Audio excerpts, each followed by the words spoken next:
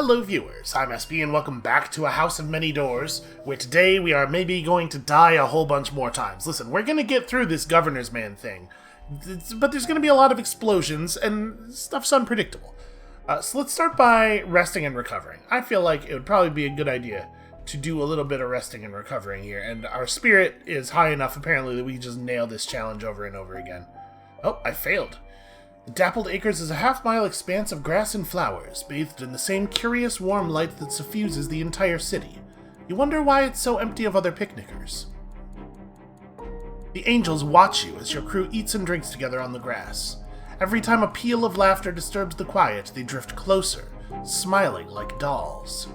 As the angels close in, you begin to realize why citizens avoid this place. The soil stirs underneath you at the angels' approach. The warmth of the acres, you realize, is coming from beneath, not above. You cannot leave quickly enough. Something is deeply wrong. So we got a disquieting incident, and we lost a little bit of sanity, but it doesn't seem to have removed the option, and we didn't lose anything permanent. It sort of feels like you could just mash the hell out of that button. I guess you lose the ability to do it when you get high enough, but you kind of want to lose a little bit. Right? For the disquieting incidents. Like, it would actually be really cool if you could achieve, like, a 60-40 split. Certainly interesting. Alright, let's gather news while we're here. We may as well. I did it. I passed it. Did we...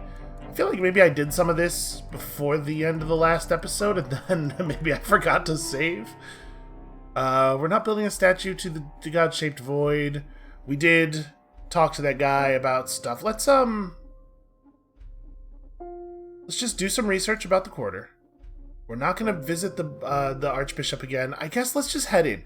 I'm going to hope that the fact that we have a point of Anglecrab's attention is going to play into this in some way. I can overcome this divine flim-flammery with just good old-fashioned willpower, and again, the favor of our sweet Lord Anglecrab. The city of the angels is quiet at the best of times. Here, it is utterly silent. It should only be a short walk to the broken tower, a half-mile or so, but the streets twist and turn beneath your feet. Little alleys cross bizarre distances and spit you out halfway across the city. You consult a map, but the Blasphemer's Quarter is just a blank spot filled with question marks. Well, that's not very helpful. So it looks like... No, we do not get... At least right now, we do not get any assistance from Anglecrab. And we're unlikely to just pass any of these tests, but...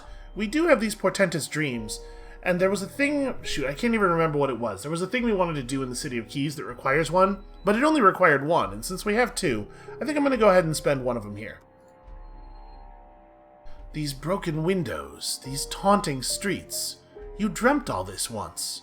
You struggle to remember the details and pick out a route. What did that even do? Maybe it improved the odds on these tests slightly, but not enough to change the text here. Again, numbers. You know what I like is numbers. What is the quality we're missing here? I guess we don't get a mouse over on that. Well, guile, vigilance, or insight. I'm not so good with the insight. Let's try... what makes the most sense for our character? We've gotten through some guile stuff before, but I think vigilance makes the most sense for this guy as we've been playing him. Keep obsessive track of your route. We'll just map it. We'll just map the whole thing. It'll be fine. You try to track your route, but it's easier said than done. You came down Vigor Alley for only 20 yards, but ended up a quarter-mile away. Bohemian Street loops around on itself. Or was it Theodore Street? No, that was the one that you avoided walking down because you saw yourself coming in the other direction. Yes, I would avoid walking down that street. You're hopelessly muddled. You retrace your steps, but somehow even that takes you somewhere different. A shadow passes over you. An angel circling far overhead. It wheels away.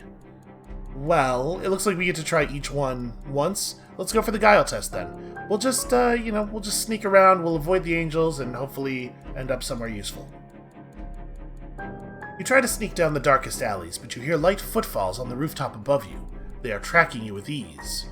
Was that a flicker of movement on the nearby rooftop? A few white feathers drift on the wind. Okay, what about insight? I'm just going to close my eyes and start walking, and we're going to end up where we're going to end up. Unsurprisingly, a failure.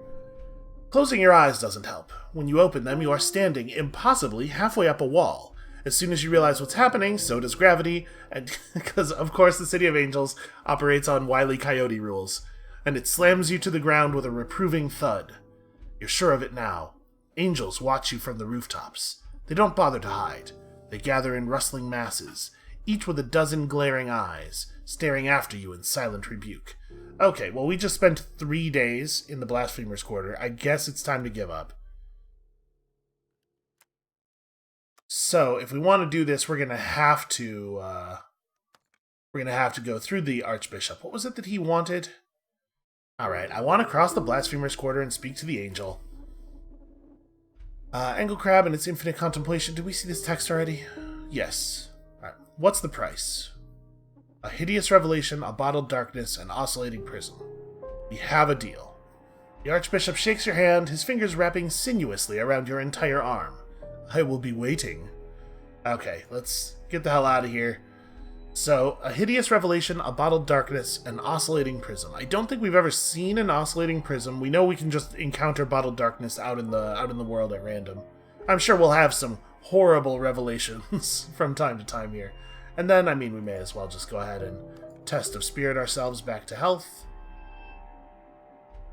Okay. And with that, I think it's time to go test the mortar. So let's just go ahead and save the game.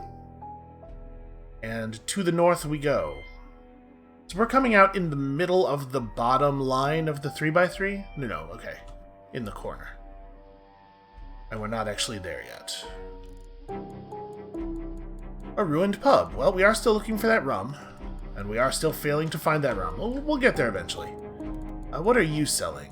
Fargyle whiskey.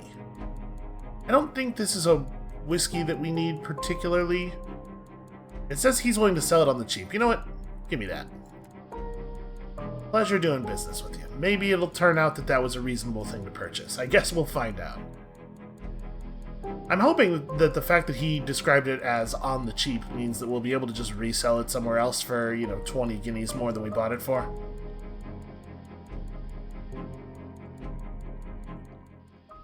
So we're just gonna push up here and spiral around a bit until we encounter the Gigantopede. From a narrative standpoint, I suppose it would feel a little convenient if you were to go into the area that the Governor's Men are supposed to be in and you just encountered the Gigantopede immediately. But from a gameplay standpoint, the other thing is a real bummer. Just having to crawl around here until it shows up. I don't know how I would handle this if I was designing this thing. Fortunately, I have the easy job. I can just sit here and be critical of stuff. I don't have to make any real decisions.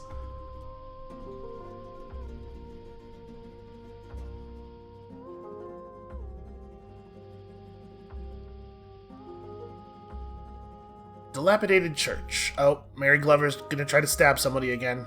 Test of guts? Oh no, Mary Glover's dead. Well, we'll never find another book again. Before you can react, Mary Glover plunges the knife into her chest. She falls to the floor, twitching, a look of ecstasy on her face. Well, I'm pretty bummed out about that, because I actually, I was pretty invested in Mary Glover's success. But, maybe we'll die here, and we'll get to reload, and she'll still be alive. Basically what I'm saying is, even a loss is a win in this situation. Alright, so let's really give it to him. Mary Glover was a swabby, right? Alright. We do have gunners in all of our weapon bays. What do I want to do here? I'm horribly maimed. I wanna move, out to the side a little more. I don't want them to be able to damage me while also shooting at the Heartlight. They're gonna have to pick. I assume that if I were to sustain a direct hit here, it would just be game over, right? Jesus. Jesus, the guns. It does, though, look like we're going to be able to knock out the Heartlight here, and maybe they won't be able to kill us. I mean, I really need them to start missing. I'm going to fall back, because the mortar has above average accuracy, right? So I think I'm hurting us less than... I'm hurting us less than I'm hurting them by increasing our distance. Okay, so we killed their Heartlight. And they didn't actually exactly kill us. Although, all of our guns are broken now. Sorry, not all of our guns. Most of our guns are broken now. Alright, let's get repair crew on the broken weapons. And I guess just continue to fire? I don't really know what to expect at this point. They do have one engineer on board. You want to fire here? Really not sure what to do. Like, I'm not sure what to expect in this moment. And I guess our... Wait, what do I think is going to happen? Does it make sense to try to get closer? I'm going to try to close because our weaponry is a little bit less accurate now that we've lost our mortar.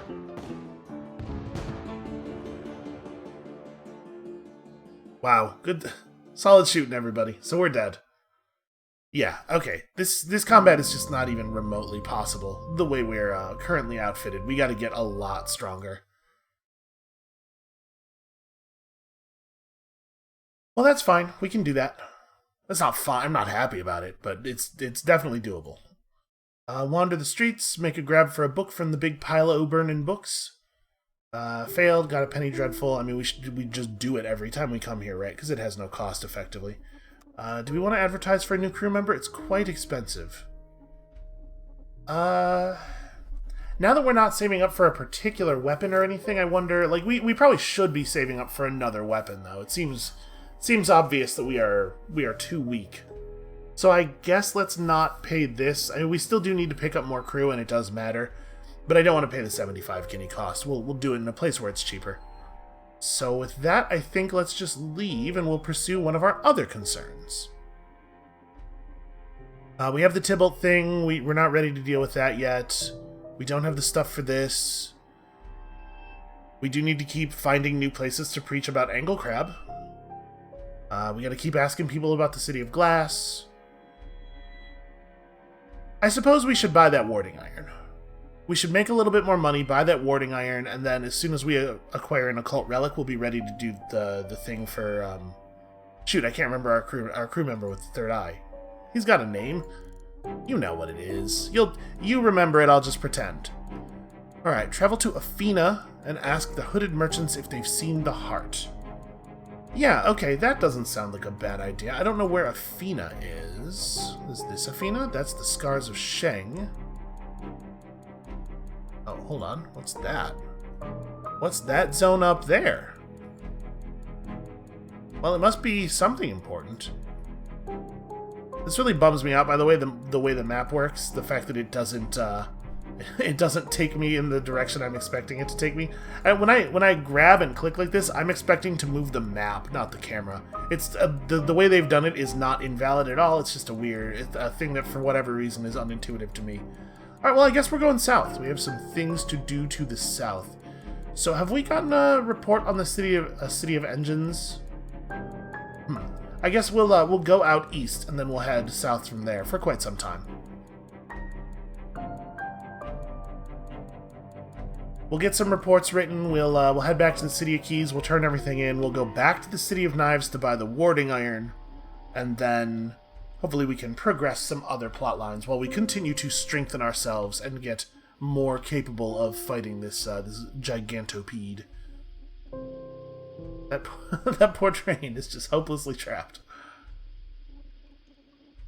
And by the way, I am girding myself. I'm ready. I know. At any moment here, we're gonna get some bat nonsense.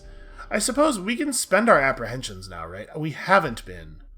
But we're probably going to stick with Spire. We're pushing Spire's plot pretty hard. So why don't we spend some apprehensions on that? Spire is anxious for your picture. The walls of his quarters are plastered in silver daguerreotypes. Faces, animals, architecture, mostly architecture. He pushes you out on the balcony and asks you to adopt increasingly dramatic poses. One more, one more. The camera flashes and hums as Spire cranks the handle. As he fusses with his equipment, you think you catch something in that devilish third eye, a glint of loathing. Or is it envy? Finally, Spire seems satisfied. He thanks you hurriedly and retreats to his quarters to develop them. Okay, so we got another stat point out of that. Do we... It's always 15? Yeah, okay, so we're just a little bit short of the next A little bit short of the next upgrade to somebody. So mechanically, we've been advised to trade out crew frequently, but that does seem like it's sort of at odds with the fact that you have to spend resources on them to advance their stat value. Ooh, close. Very close.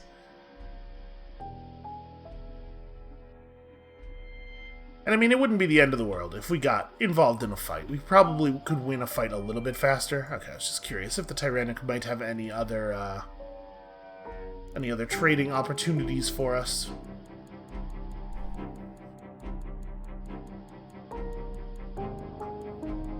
And I don't actually know how many crew members there are. I assume there's at least 2 crew members for each slot, right? But probably there's more than just that.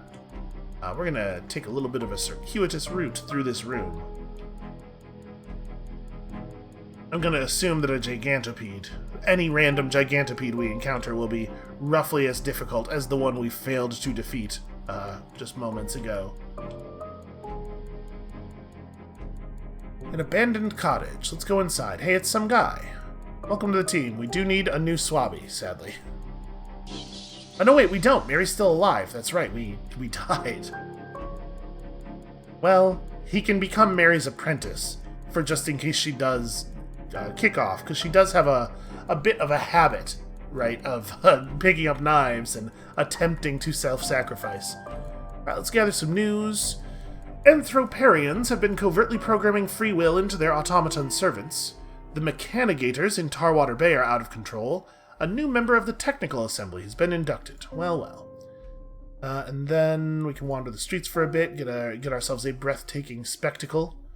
The Tarwater is seldom tranquil. Today you are fortunate enough to be nearby during one of its assaults. You stand on the edge of a hovercog amidst a gawking crowd of humans and half-mechanicals, watching as, far below, a tide of hideous metal rises from the ink-black sea and crashes down upon the waiting soldiery. This is a well-practiced dance. The soldiers will drive the sentient machinery back into the polluted sea, or, less likely, the machines will overwhelm all before them. The machines will overwhelm all before them, and rampage through the streets, killing hundreds. For hours the air trembles, shrapnel flies. Even up on the hovercog you can hear the screams. Screaming metal, screaming people. Explosions so bright they blind. When your eyes recover, you realize that the jagged machine army is withdrawing, slipping once more beneath the oil-slick waves. Okay, so we have some interesting options here. I'm not really a doctor, so I think we're probably surveying the wreckage or interviewing the surviving soldiers. I guess I'm sort of a reporter, yeah? This seems like the right thing to do. You're interested in the brave men and women who fight these monsters on a near-weekly basis. The survivors are somber. This attack was a bad one, with plenty of good soldiers lost, and it's difficult to celebrate victory in a war without end. You talk to a depressed rocket man, a member of the Army's aerial wing, soldiers with rockets fused to their feet. They're lightning-fast troops, but unfortunately prone to explode in midair. In a monotone, he tells you of favored tactics, false bombardments, pincer movements, feigned retreats. After 10 minutes of jargon, he breaks down and tells you about a friend, a promising recruit torn apart by iron teeth. He doesn't quite weep. So, we've written a lot, we've gotten access to a lot of moments of melancholy. This seems like a pretty common currency. Let's gain a war story here. We'll take notes on his tactics. Okay, and then I think that's really all we want to do here. Let's take a quick look at the traders. We're not desperate for fuel, but the further out we get, the more expensive it seems to become, so I'm going to buy a little bit more fuel right now, while the price is decent. And then we don't have any of this stuff. And at the bazaar, we could only buy or sell wondrous devices. A miracle of rare device. That's not quite English. It will stop working outside the city's limits. Well, that's a shame. We'll just keep saving whenever we leave a city. And to the south, right? The Tarwater blocks easy passage to the south door. You'll have to charter a flying machine. Well, why wouldn't I just... Is it a big deal to just go east or west and then south? Let's go east, because we're going to Old Hallow, right? So we can stop by the City of Masks. But I'm kind of curious, like, if this quality is actually reflected on the tile to the south of the city, but in any way, We're gonna loop around. We're gonna take a little bit of an indirect route here.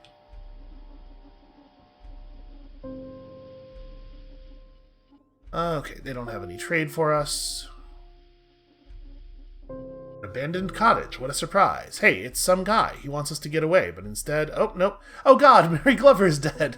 You try to calm him down, but the visitant screams and pulls the trigger.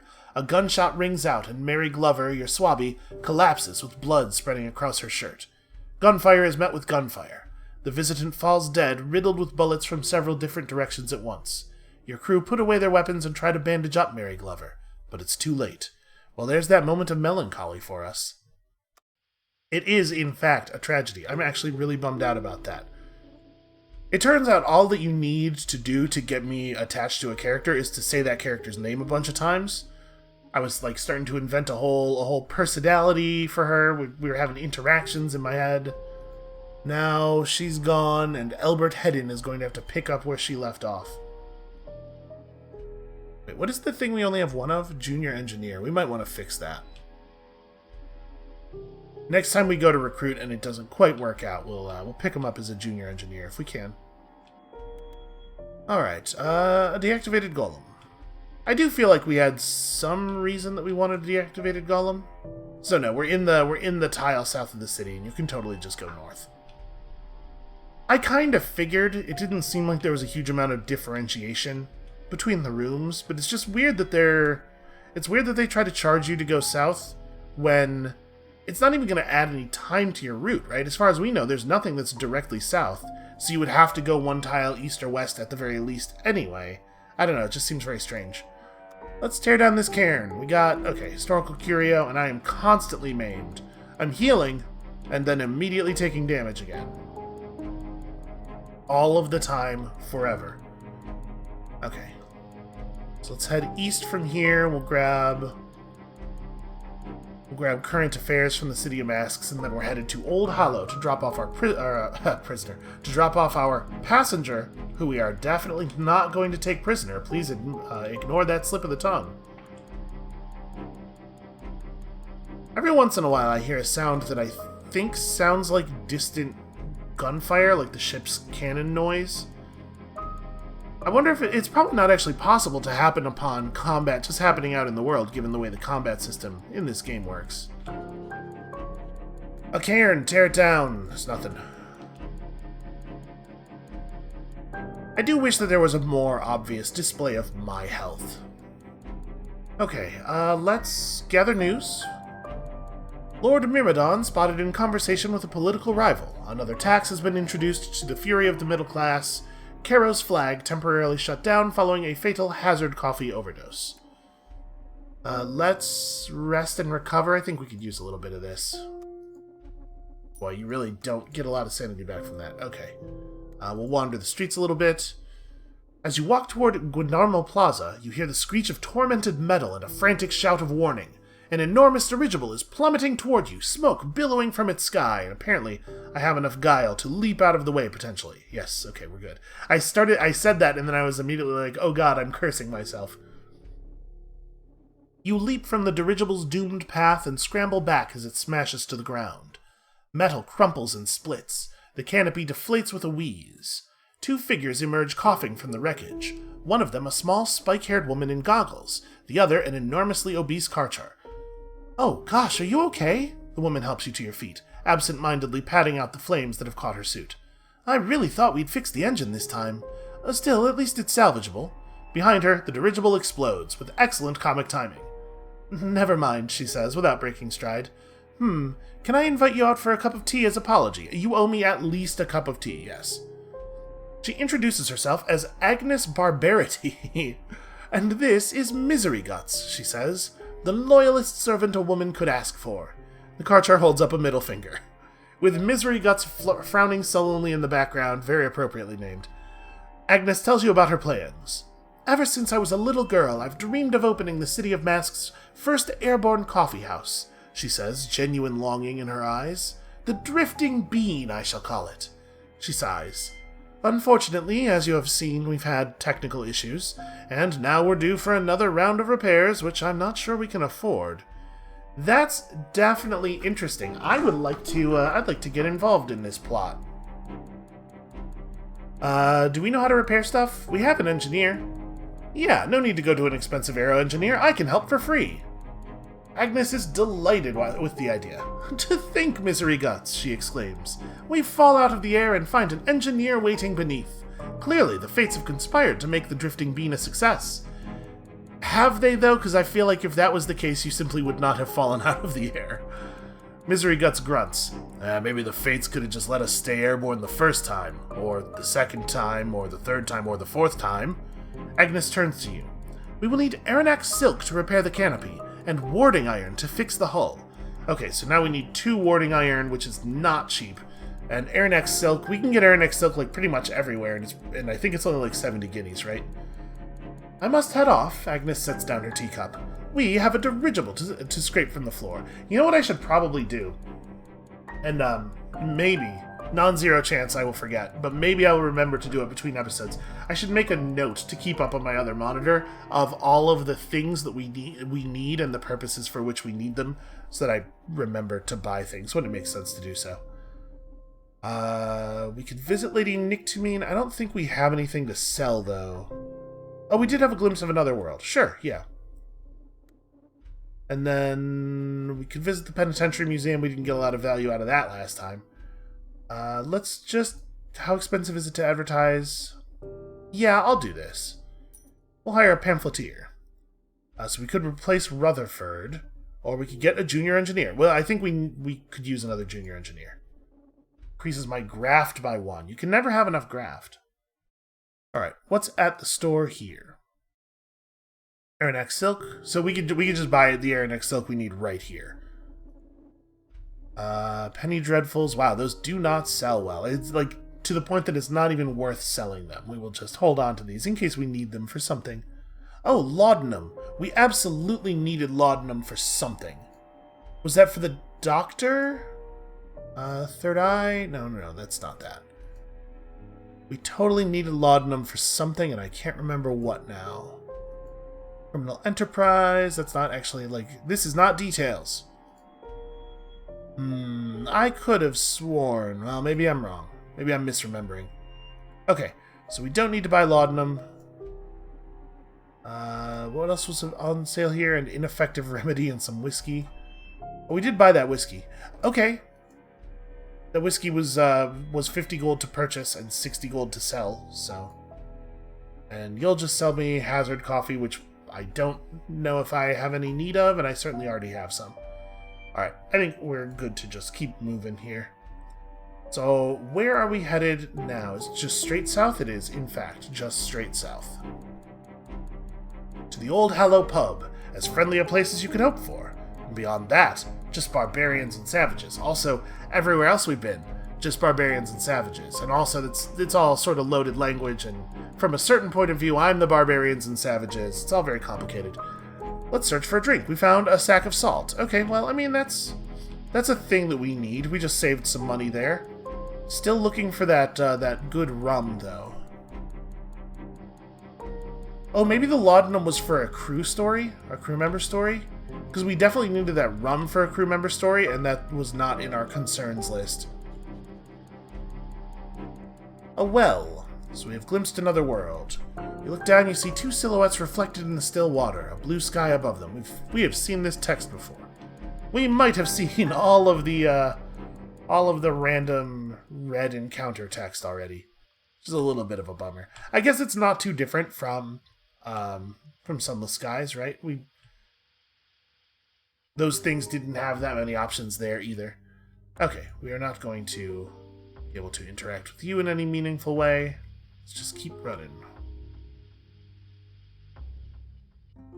I do appreciate the discontinuity of space. The fact that the rooms are all different shapes, but that room was much taller and than many rooms and thinner than sort of narrower horizontally than other rooms. But in the space, it takes up exactly as much distance as any other shape of room. I like that subtle discontinuity effect. So, glimpses of another world are very, very common, it seems like, not hard to come by at all, and they sell for a fair amount. It's actually pretty nice to find those. You know, one thing I haven't really taken note of is whether the information brokers in different cities pay different amounts for the things that they buy from you. Because they totally might, right? It might be the case that I'm better off holding some of our stuff to bring to specific places. It was here before the cities existed and will be here when the cities are dust. A twinkle-windowed tavern nestled in the roots of an aged tree. The proprietress greets you at the door. Thanks for your custom. Remember, there are 3 rules at the Hollow. Rule 1, no killing. We have signed an accord that forbids all murder within the premises. Rule 2, no fates worse than death. I'm fed up with people trying to find a loophole in Rule 1. And Rule 3, no mess. I'm not a bloody cleaning lady. Okay, that's all very reasonable. Let's drop off our passenger. And gather some news. Each drink comes with a side serving of gossip. A guest tried to violate the accord. His body was found hanging from the tree. The proprietress has announced a new flavor of cider, gumption.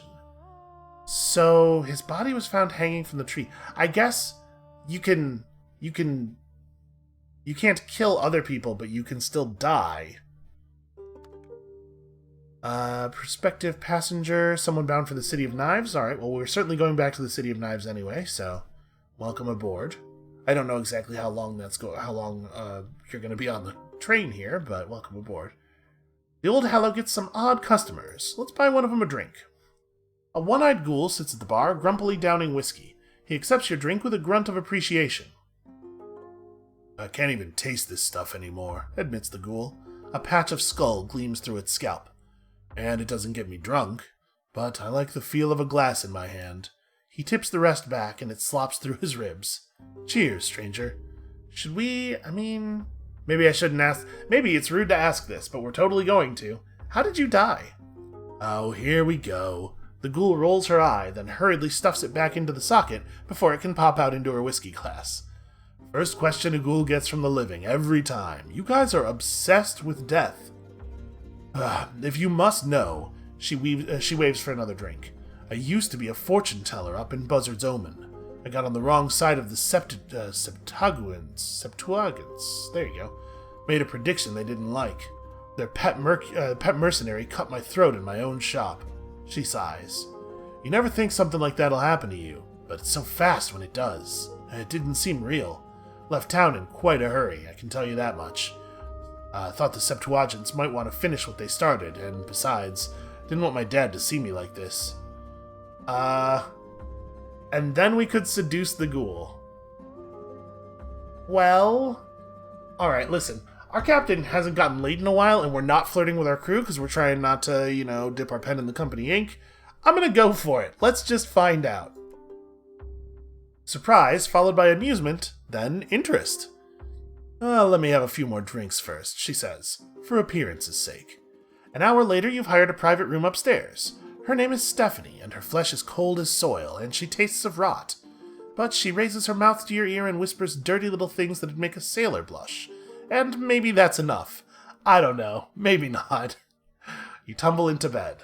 We had a romantic encounter. You spent one day in strange company. Hey, I'm a tiger man.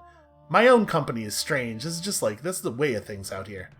Alright, she blows you a kiss. Maybe not the best encounter we could possibly have had. I bet it was kind of unpleasant. But it's been a while. So here at the bar, we can buy fuel at reasonable prices. I was kind of hoping that because this is a bar, we might be able to buy the rum we were looking for here, but no such luck. Ah well, it's fine. I suppose that's all we have to do in this place. Let's save and buzz off. So we're going west. Actually, we're going... Ah, that's where that is. Okay. I was going to go to Gossamer Smile and then wrap up through here, but maybe we're going to do this the opposite way. We're going to go straight to Bodok's Gaze from here, so north and then just hard west. And we're going to take a route around this way. And part of the value of this is that it'll probably fill in some of this part of the map as we head back toward the City of Keys. So, north out of the city and then just hard west from here.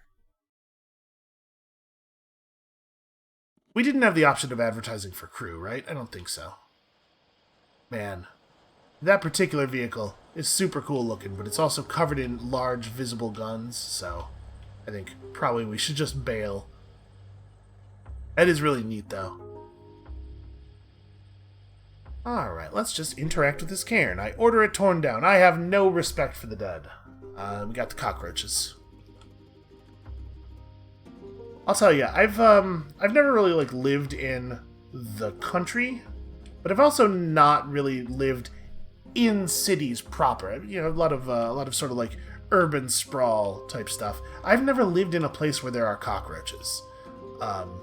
I think they're the grossest thing. And I think I would honestly have a really hard time, like, being comfortable and sleeping in a place if I knew there were roaches. And probably a lot of you out there are now laughing to yourselves about what a baby I am. But I got a thing with bugs, and it's just, even just talking about it, I'm uncomfortable in my seat here. Hey, it's one of those ships. Oh, it does look like it's trying to track our movement. Can't trust them. Can't trust a ship. I'm kind of curious, though. I almost wanted to run into them just to see what it would be like to fight one of those. I mean, combat's expensive. Let's try it. Goddamn bats. They're memory thieves. You, the ghoul captain shouts down, brandishing an open memory box. Give us your memories or we'll take them by force. Ghouls gain no excitement from drugs. Bursts of chemicals fail to stimulate their inert brains, or their sluggish brown blood. But the memories of the living provide a similar effect. So we could let him take a memory, or I could attempt a test of gut. We're going to attempt to flee. I don't want to give up a memory. I mean, a moment of melancholy is not, like, super valuable to us. But I'm gonna attempt to flee, and then we're gonna fight if it fails. We passed the Guile challenge. The Heartlight has been doused, and your Kinetipede slams into lurching, scrabbling movement. You skitter into the darkness before your enemy can react. And then I start refiring the Heartlight. It's going to take a minute for that to turn back on, sadly. It's fine. Everything's fine. We're not losing sanity too quickly. I wonder if you have different encounters, like in these places, with the Heartlight off. Let's enter this cottage. Hey, look, it's some guy. Welcome aboard, our new junior engineer. How we doing on crew now? Now we need to push Swabbies a little bit. I mean, I assume that the crew are taking up space in some sense, right? Like, they're probably occupying... We probably don't actually want to have an infinite number of crew. Or there's a cap somewhere. It's not obvious to me from this screen whether there is or not, though. Collapsed library. Let's look for a book. Oh, hey, Samuel Scarper, your junior engineer, found a book. We got a brand new Mary Glover on our hands here.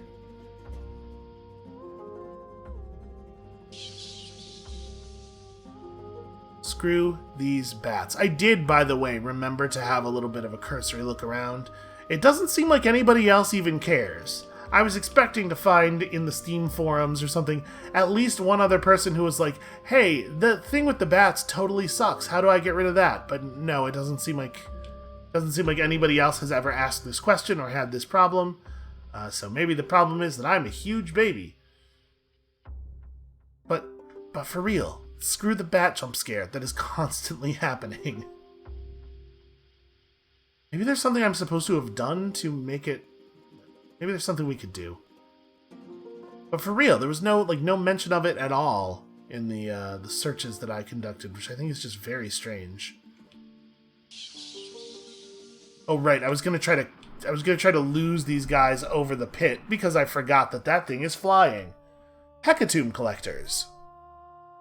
Eld Abrathat swarms with cults, and some of them demand blood on the altar. A thriving black market has sprung up. Hecatomb collectors will kidnap victims throughout the house and bring them back as sacrifices for sale. Yo, we are a long-ass way from Eld Abrathat. Who knows which mad dead god these ruffians plan to sell you off to? The broken glass swan, the stone cradle, his ancient obliqueness, Tobacco Man? Or simply the highest bidder? Well, I'm certainly not going down without a fight. We're gonna try... I'm gonna issue terrible threats. Hecatomb collectors only like to prey on the weak. I'm gonna scare them off with my impressive demeanor. It didn't happen. You threaten and bluster, but these collectors seem to be made of sterner stuff than you expected. They return their own threats with gusto, although without much adherence to anatomical reality. And then we ran away. Nope. Panorama turns off your heartlight and Banjo slams the kinetipede into sudden, lurching, scrabbling movement. You skitter into the darkness, but the airship follows, keeping you fixed in the radius of its own heartlight. Finally, they catch you, trap you. You have no choice but to turn and face them once more. Alright, let's do it. So they only have 115 hull, but they do have 4 guns. I think it's exceedingly likely that we are going to lose this if we don't run away, because 4 guns. Also, my whole crew is in terrible shape. How much running can we get accomplished here? Alright, well, we'll definitely be able to get away next turn. I'm going to fire the mortar. Boy, is there even a good reason to do that? Does it help? Does it help me to fire the mortar once? I think I'm just going to continue running. Let's make their weapons as inaccurate as possible, and then we'll try to flee with the first action of next turn. Oh, they have a gun that shoots some kind of very strange-looking projectile. So that's going to land right on top of me. Okay, fleeing was effective. Or, like, gaining distance. Successfully avoided a fight. Oh god. But they respawned in a place that's, like, actually very inconvenient for me. Alright, we're just going to veer off course here. And it's probably time to restart the Heartlight, because I'm starting to see spooky things in the glass. Alright, so we have to go one rank south.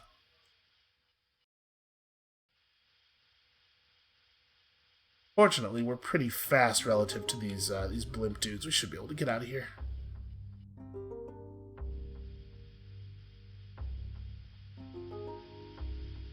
Alright, that wasn't too bad for getting sucked into a combat we were hoping to avoid. Oh, hey, that's lovely.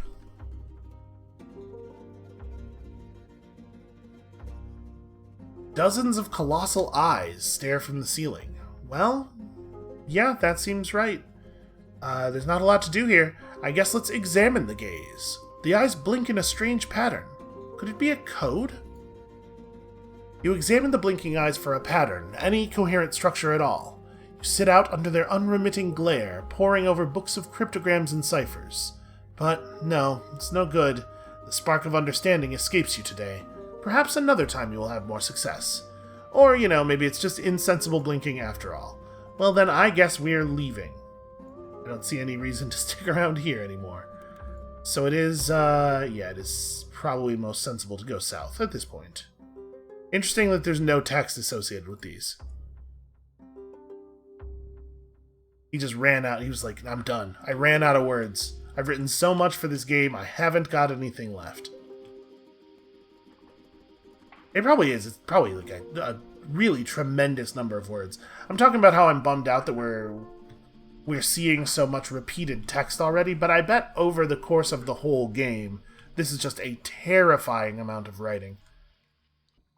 And video game writing is not like writing for any other media, really, in the sense that, like, some very large percentage of what you write will not be seen by almost all of the audience. Oh. We're in a place that has different walls. Things have changed, and I am unsettled by it. Okay, yeah, this is strange.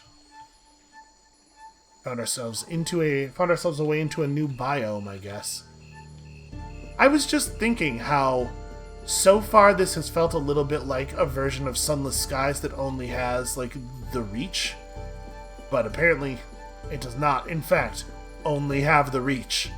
There is more happening here.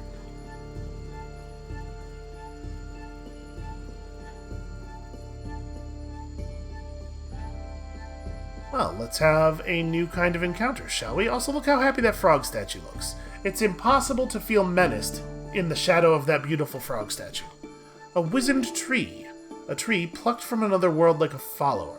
Or like a flower.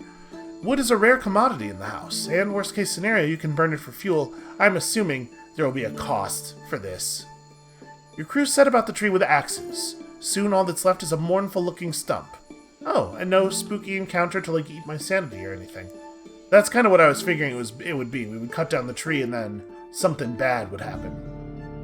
Alright, well let's check out Gossamer Smile on behalf of the key details.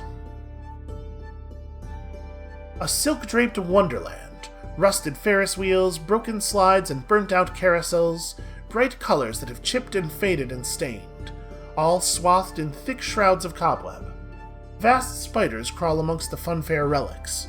In a citadel at the center of the carnival wastes, House Arenak reigns and weaves. Oh hey! We found where all of the silk comes from. Gossamer Smile sits twinkling in the bleak wilderness. The roads are not always reliable, but we will attempt to travel through the carnival wastes. Rusted amusements creak and sigh. You strayed from the road, somehow. You are soon lost amongst the rides and iron and faded primary colors. Abandoned clowns leer from every side. It takes a long time to regain your bearings. Your crew report seeing skittering things following you. Pale, smiling heads on arachnid bodies.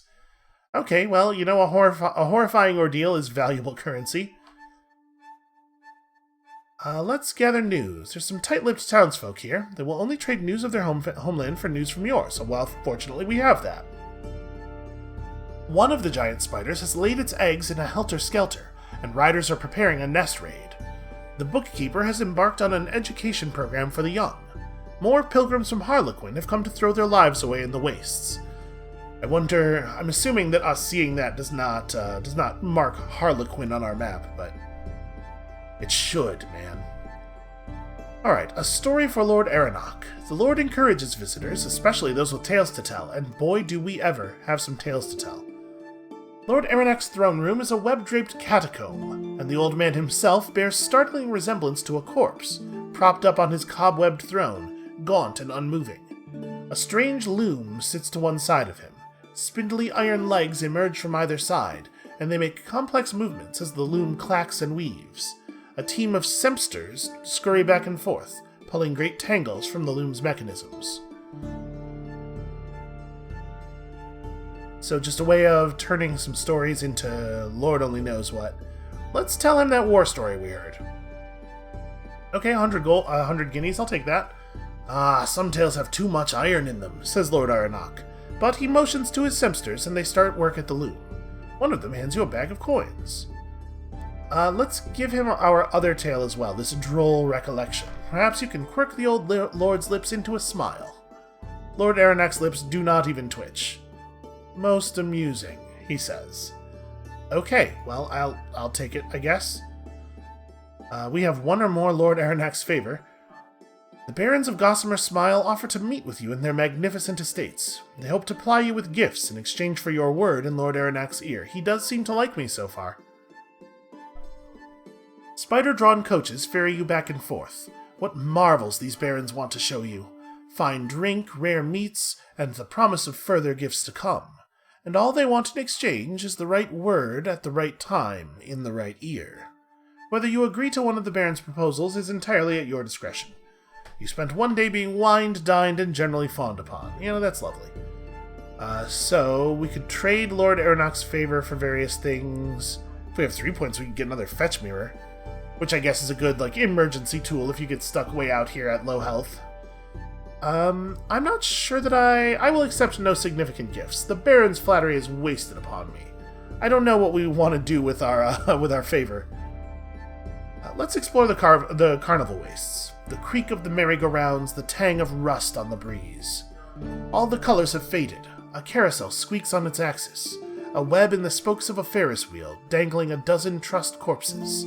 The peeling faces of 100 painted clowns. They're going real hard on the clown thing. There, a giant spider in the distance, scuttling across the blasted plain. If you fire the engines, you can chase it down, maybe even catch it. Yeah, let's try it. I'm real worried about what the downside of failing this might be, but let's try it. Samuel Scarper has been eaten by a spider. I wonder if the way this works is that the game always just picks one crew member who's your significant crew member, and it uses their name in all events until they die and then a new person gets nominated.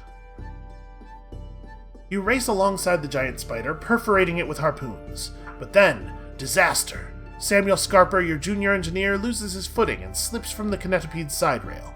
The spider is upon him in an instant, tearing off him limbs, one by one, and gobbling them up.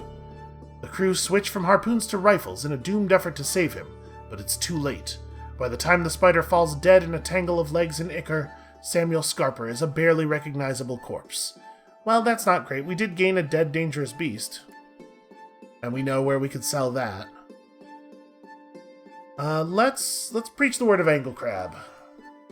You open Angle Crab's Sacred Instruction Manual and begin reading the sacred measurements. Negative 23 centimeters, a 391-degree angle, 0 fathoms recurring, 144 trillion miles.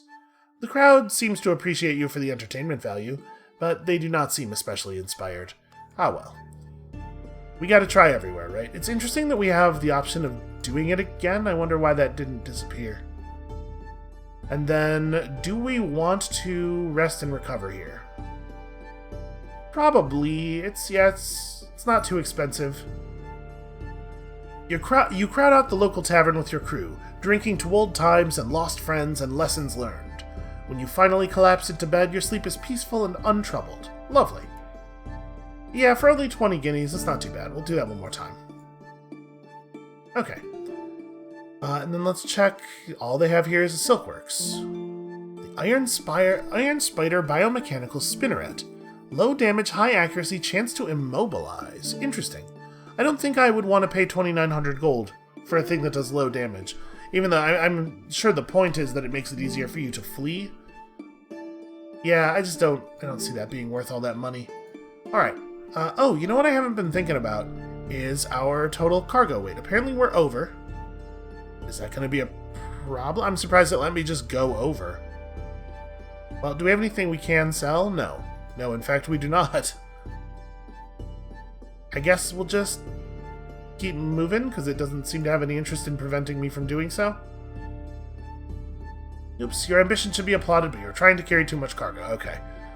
So, we can't sell anything. We are going to have to just dump some stuff. I'm going to recover one more time, because apparently attempting to leave the city while overweight cost us dearly. So, I think occultist paraphernalia is pretty bad. I'm going to abandon all of it, I think. Give us a little bit of weight to work with. Okay, now we leave the city. West, there's a strange town built inside a giant foot. East, a little village of Mycenae. I mean, we were thinking about going east, right? So we were going to head out to this. I'm pretty curious about that village inside the giant foot, but we have a place to be. So let us head east. Or south? Why did that fire when I looked at my map? Okay, well that's clearly bugged, right? Yeah, there's some elements of this game that feel like maybe they could use a patch or two. I assume the patches are not forthcoming. I reckon, I know it's a crazy idea in our modern age, but I reckon Harry Tufts is probably finished with the game at this point. So we're just kind of going generally southeast for a little bit. Ooh. Boy, those bits of grass there read as fingers at first.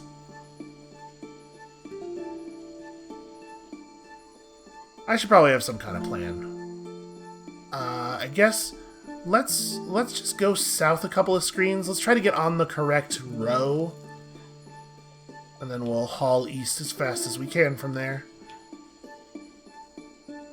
A tree plucked from another world like a flower, and there's something hanging from the branches, so we could grab the lumber. I don't know exactly how valuable lumber is. We definitely have had the opportunity to sell lumber in multiple places. How heavy is it? It's 5, so we wouldn't be able to carry it anyway. Yeah, let's do the other thing. What's that hanging from the branches? A dangling shape. A desiccated corpse hangs from the tree, its head cocked at a jaunty angle, a noose around its neck. Your crew pull it down, muttering amongst themselves superstitiously. So an embalmed corpse. How heavy is that thing? It actually doesn't appear to have been added to our list yet. Well, it's fine. It's not so heavy that it prevents us from moving. So I think 1 or 2 more screens ought to be south enough.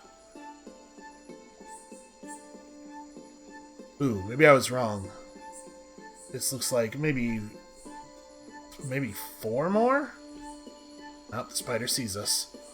I'm assuming we do not want to have any part in fighting this big spider.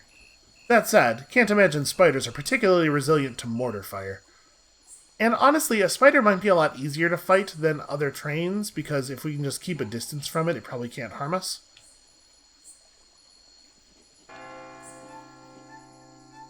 What's that hanging from the branches? It's the same deal. Okay, we are over capacity because embalmed corpses are 2 pounds each.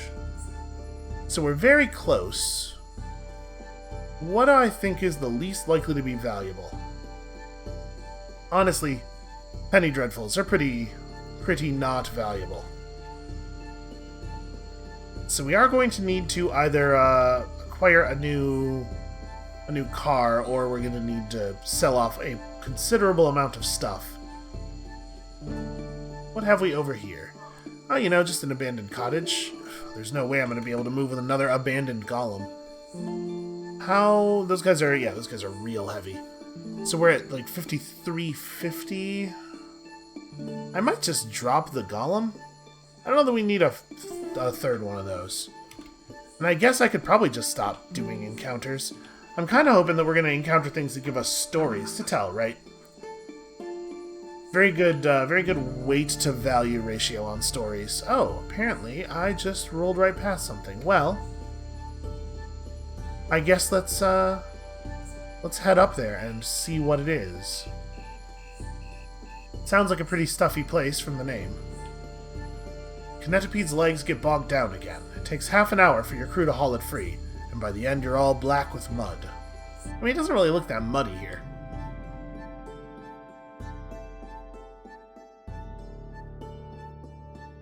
So what do we have at the Bluesteel Court? House Bluesteel have established interconnected shelf towns and shelf castles on the walls. Blue-cloaked knights glide from one to the other on giant dragonfly steeds.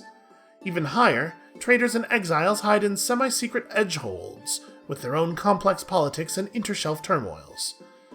Well, let's gather some news, I guess. A famous dragon knight has died in a jousting match. The edges of the shelf are crumbling, and several serfs' hovels have already fallen far below. Strange lights have been seen dancing in the swamp. Alright, well that's interesting. I like the fact that you get like a sense of the flavor of the place very quickly from doing a gather news event. Let's do a little preaching. You ask the crowd if they're bored of being forced to exist only in 4 dimensions. Angle Crab can help them see beyond, circles, time, etc. The aristocratic audience applaud politely and then wait for the next speaker, an elderly dragon knight asking for volunteers to join him on a campaign against the mudwights below. Everyone heard you, but no one seems to have listened. Well, what can we expect? Compete in a tournament. Is that a good idea? Is that a thing I want to do? I guess we can try it. The dragonflies shimmer overhead, brilliant blue darts with 30-foot wingspans. Minstrels are singing, girls are dancing, the taverns are giving out free ale. Lady Bluesteel has declared another tournament. You join the long line of hopefuls. The tournament offers not only magnificent prizes, but political advantages. Lady Bluesteel seems to enjoy the company of proven champions. In which event do you plan to compete first? You may join 3 bouts in total. So how much danger am I in here? Probably not a lot if we just do archery. A contest of strength, the melee, this feels like not our character's deal. Dragon jousting. Capes streaming like flags, knights on dragonfly steeds slam lances into each other's shields.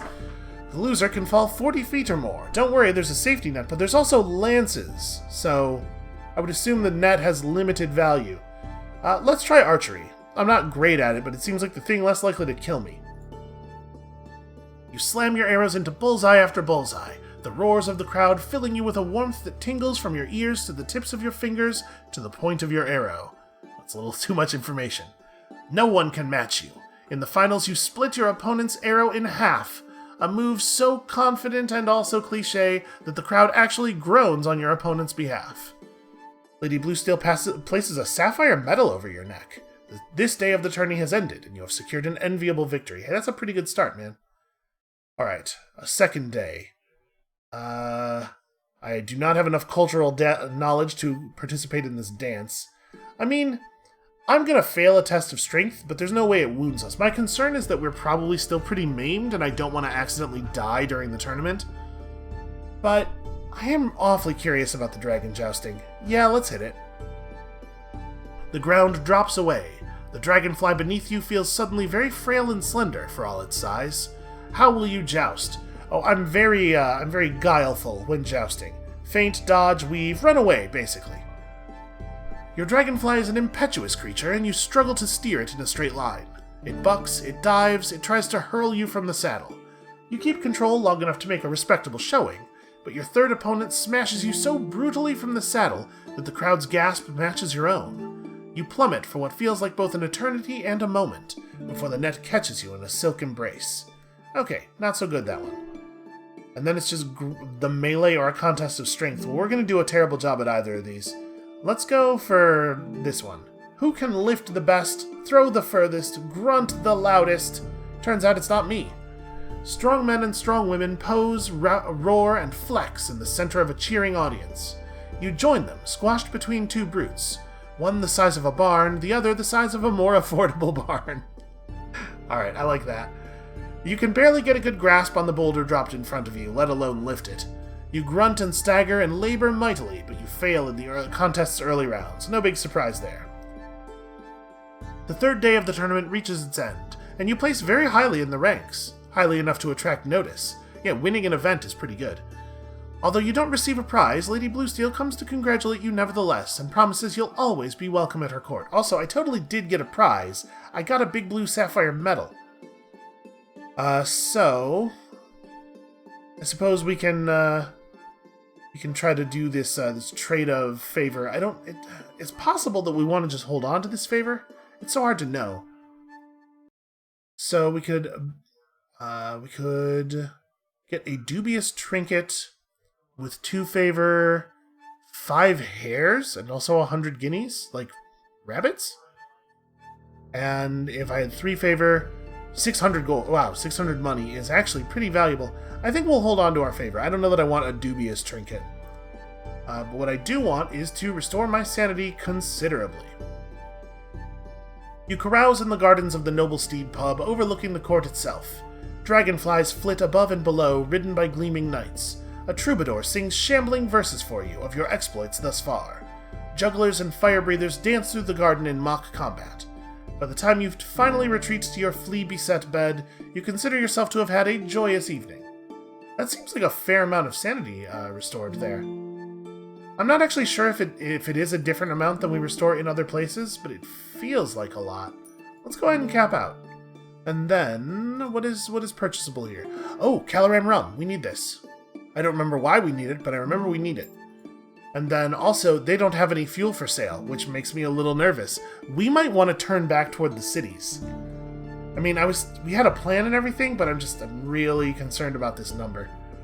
Alright, I think this probably makes an okay place for us to stop for today. I really appreciate that we're happening upon all of these, really fantastical things. I like the fact that the tone of the game is not relentlessly spooky.